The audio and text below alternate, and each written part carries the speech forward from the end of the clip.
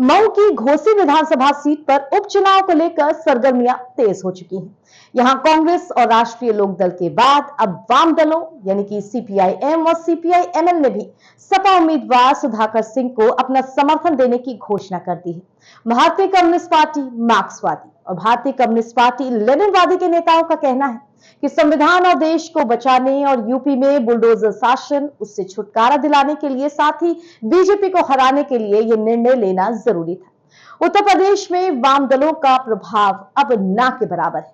ऐसे में लेफ्ट का यह समर्थन समाजवादी पार्टी के लिए कितनी मदद करता है, यह देखने वाली बात होगी। भारतीय कम्युनिस्ट पार्टी ने भी सपा आलाकमान को अपना समर्थन पत्र भेजा है। इससे पहले शनिवार को कांग्रेस ने सपा को अपना समर्थन देने की घोषणा कर दी थी और एक दिन बाद रविवार को वाम दलों ने भी सपा को अपना समर्थन देने की बात जग जाहिर कर दी। गौरतलब है कि सपा को अब कांग्रेस, राष्ट्रीय लोकदल यानी कि आरएलडी, भाकपा यानी कि भारतीय कम्युनिस्ट पार्टी, माकपा मार्क्सवादी कम्युनिस्ट पार्टी, भाकपा एमएल और साथ ही जनता दल यूनाइटेड और सुहेलदेव स्वाभिमान पार्टी, इन सब का समर्थन मिल चुका है। घोसी उपचुनाव को लेकर बीजेपी की क्या तैयारियां हैं, उसकी भी बात कर लेते हैं। तो भाजपा को सुहेलदेव भारतीय समाज पार्टी, राजभरवाली और निषाद पार्टी का समर्थन है। बता दें कि बहुजन समाज पार्टी यानी बसपा ने इस सीट से अपना उम्मीदवार नहीं उतारा है और न ही मायावती ने अब तक किसी भी पार्टी के उम्मीदवार को अपना समर्थन देने की कोई घोषणा की।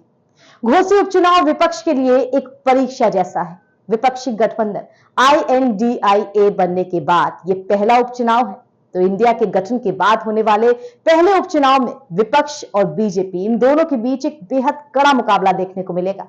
भाजपा ने दारा सिंह चौहान को मैदान में उतारा है और समाजवादी पार्टी ने घोसी से पूर्व विधायक सुधाकर सिंह को टिकट दिया है। पूर्व मंत्री दारा सिंह चौहान 2022 विधानसभा चुनाव से ठीक पहले सपा में शामिल हो गए थे। उन्होंने घोसी सीट से जीत भी हासिल की थी और विधानसभा सीट से अब इस्तीफा देने के बाद पिछले महीने वो फिर से बीजेपी में शामिल हो गए, जिस कारण ये उपचुनाव हो रहे हैं।